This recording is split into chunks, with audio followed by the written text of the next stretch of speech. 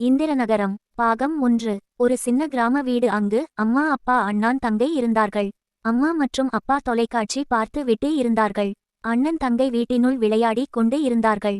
அச்சமயம் ஒரு எலியைக் கண்டார்கள். இருவரும் அதை விரட்டினார்கள். எலி வேகமாக வெளியே வந்தது.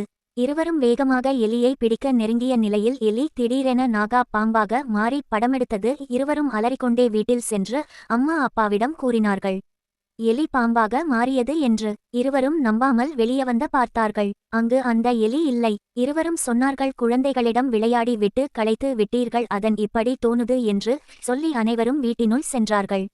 பாம்பு கழிவுநீர் தொட்டியில் மெதுவாக இறங்குகியது. மெதுவாக நீந்தி செல்ல, தண்ணீரில் தவளையாக மாறி வேகமாக நீந்தி செல்ல, கழிவுநீர் ஆற்றில் விழும் நேரத்தில் தவளையாக மாறி குதித்தது. அப்போ வானத்தில் பறந்து வந்த கழுகு தவளையை பிடித்து மேலே பறந்து சென்றது. அச்சமயம் தவளை பெரிய சுறா மீனாக மாறியது. கழுகு சுறாவை விட்டு பறந்து ஓடியது. சுறா ஆற்றில் விழுந்து ஆமையாக மாறியது. ஆற்றில் இருந்து கடலுக்கு நடுவில் சென்று 7 தலைகளைக் கொண்டு பெரிய பாம்பாக மாறியது. பிறகு தனது வாளை சுருட்டி வட்டமாக படுத்து உறங்கியது.